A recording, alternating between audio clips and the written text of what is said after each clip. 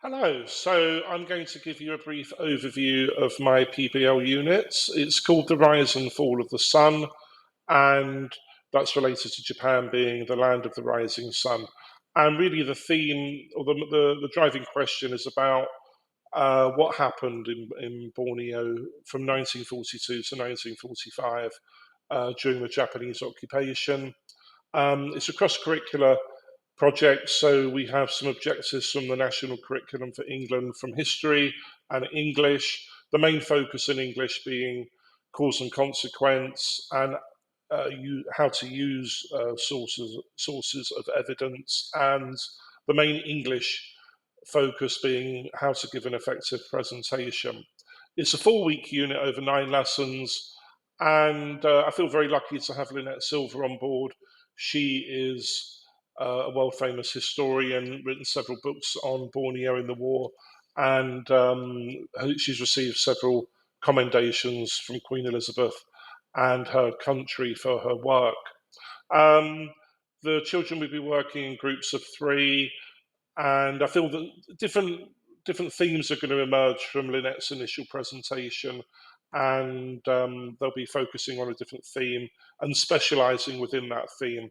So they're responsible for their own individual work within the presentation, and the presentation will be given to their parents as a motivation for them to have an impact and obviously to work hard on their presentations. Um, if we look at some of the learning goals, we have knowledge. So that's basically what, some background information, we have understanding, some why questions, and the skills are mostly related to analysing evidence and referencing it and using it effectively. I feel the problem's challenging. You know, it's something that the children don't know much about, even though they live in the country. We don't have any Borneans in our school, and I think it's important that children know more about the community in which they live and its history. I feel that the inquiry will be sustained. There's a wealth of evidence out there about what happened, and I feel, as I said earlier, that themes will emerge, and the children will choose which theme they'd like to know more about and specialise within that. Um, the projects will be broken into milestones. So at the end of each milestone, they will be assessed in particular areas and receive feedback from their teacher and their peers. I feel it's authentic. Like I say, it's about the local community. The children are working with a real historian, and there will be an impact through the presentation to their parents. Also, Lynette said that she may put some of the work on her website, which is used, seen by many people around the world. The children can choose the area that they study and the questions that they would like to answer. So we have student voice and choice. There are going to be online journals every day, so they'll be able to reflect regularly and obviously receiving critique formatively from their teacher and perhaps more summatively at the end of each milestone. Um, and also, Lynette will have an input into the children's work. And as I said, we have a public product as well at the end of it. Now, let me just check on the time. Right. So the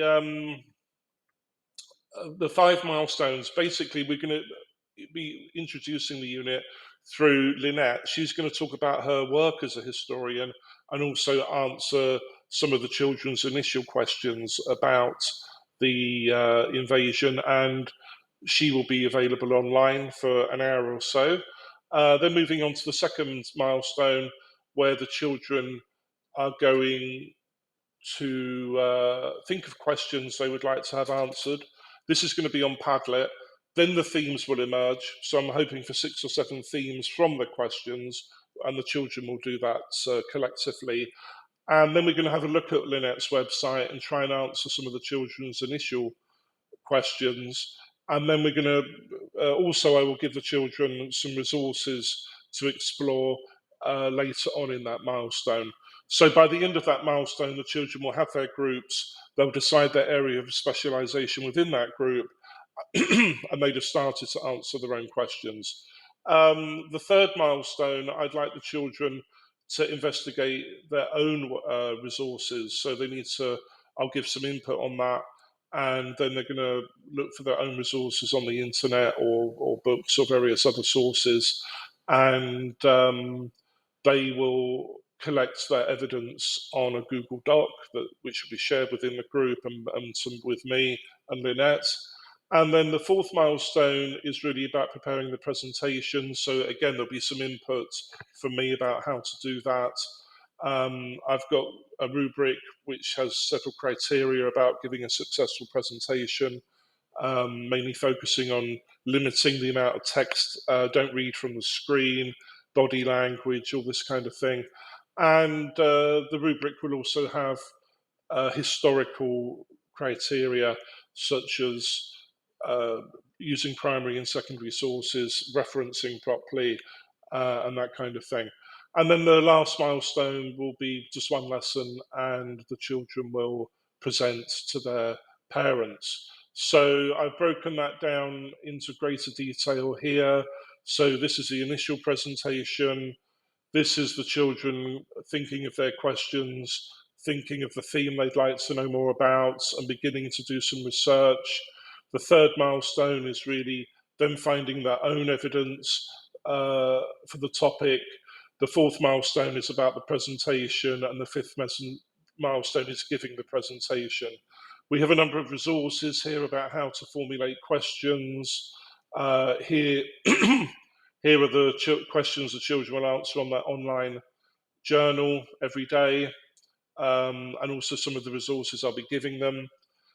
Then they'll be finding their own resources. This table is for evaluating resources, which I've created, and looking at their reliability, whether they're biased, and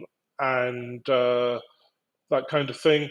And then we have our overall rubric here, which includes some presentation criteria and also historical ones. I won't go over my reflection here, there's no time, but I've given a detailed reflection from my point of view about the project, and then some final references. So overall, I've really enjoyed this process. As I put in my reflection, I found it very educational, and I very much look forward to implementing this PBL plan next term. Okay, and thank you for all your support over the last few weeks. Thank you.